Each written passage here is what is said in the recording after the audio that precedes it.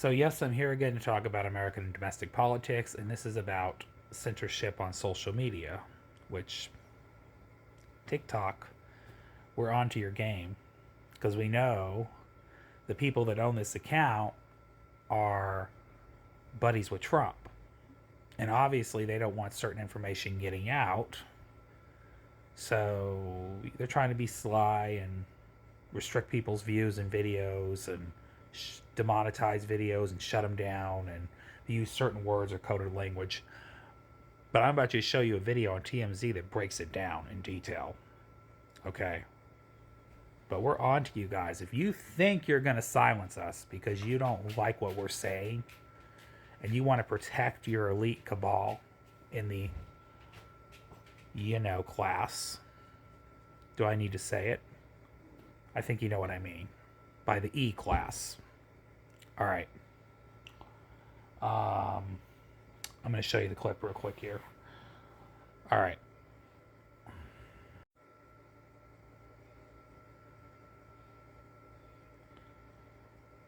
TikTok users first began noticing problems when trying to post about ICE raids and the Minneapolis shooting. Videos failed to upload, sat in reviews for hours, or suddenly received no views at all. But soon after that, other creators reported the same thing happening, not just with the Minneapolis shooting and the ICE raids, but also with DMs that mentioned Jeffrey Epstein. Whenever you would send a message in private DMs on TikTok, the word Epstein started to become blocked. And as you can imagine, this shocked a lot of people, and frustration spread quickly across the platform, with people claiming they were being quietly censored on politically sensitive topics. What you also have to remember is that a huge majority of ByteDance has been sold to investors that back Trump.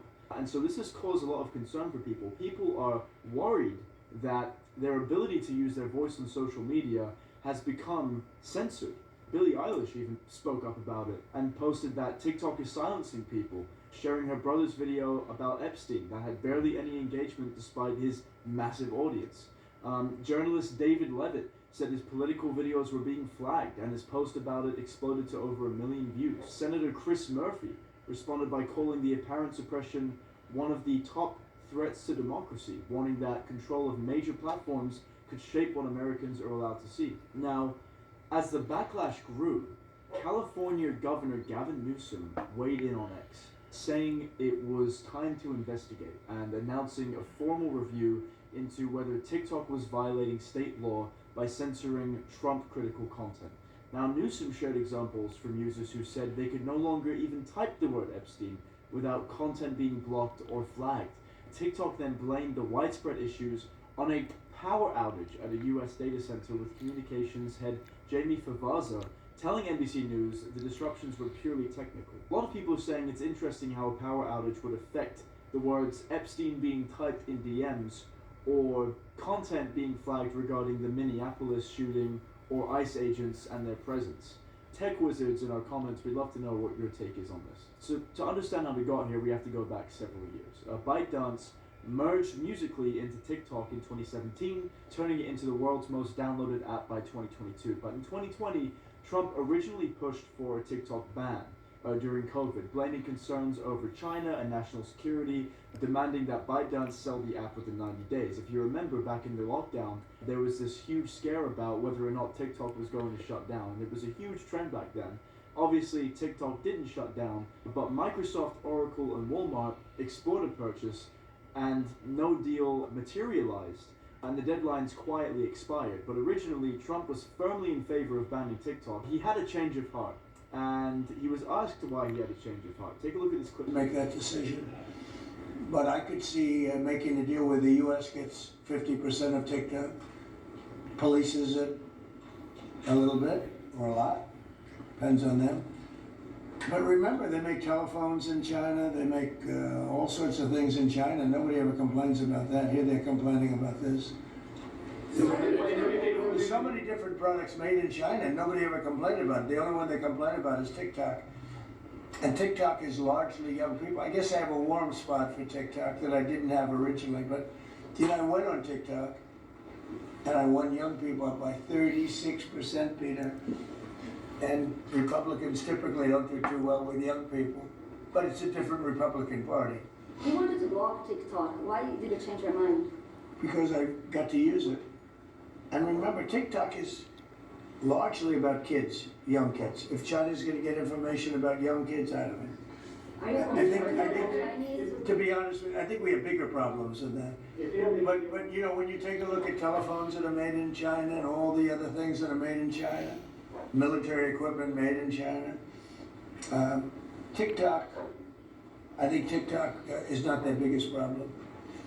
But there's big value in TikTok if it gets approved. If it doesn't get approved, there's no value. So if we create that value, why aren't we entitled to like half?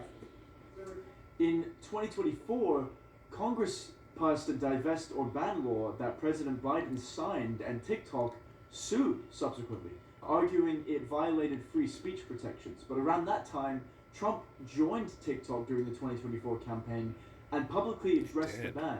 So once back in office, Trump declined to enforce this ban. Take a look at this clip of Trump talking about the TikTok ban. We'll take a look at TikTok. You know, I have a warm spot in my heart for TikTok because I won youth by 34 points. And there are those that say that TikTok has something to do with that. Now, Joe Rogan did, and some of the other people that were recommended by my son Barron, whoever, he knew names. I said, who is that? Tell me, who's that? Dad, you gotta be kidding. I can't believe you don't know. And I did those interviews, and it was actually sort of cute. Do you want to know the truth? But we did them, and that had an impact. But TikTok had an impact, and so we're taking a look at it. But, you know, we won youth. Republicans are always 30 points down in youth. I don't know why, but we ended up finishing.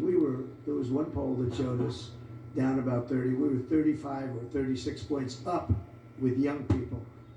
So I have a little bit of a warm spot in my heart, I'll be honest. Yes. Now, what a lot of people haven't paid attention to, like I said, there has been a deal that officially transfers TikTok's US operations to a group of investors, including Oracle over here in the US. But that deal happened just days ago, on January 22nd. And now, oversight of the algorithm was placed under Oracle co-founder Larry Ellison, who is a longtime Trump ally.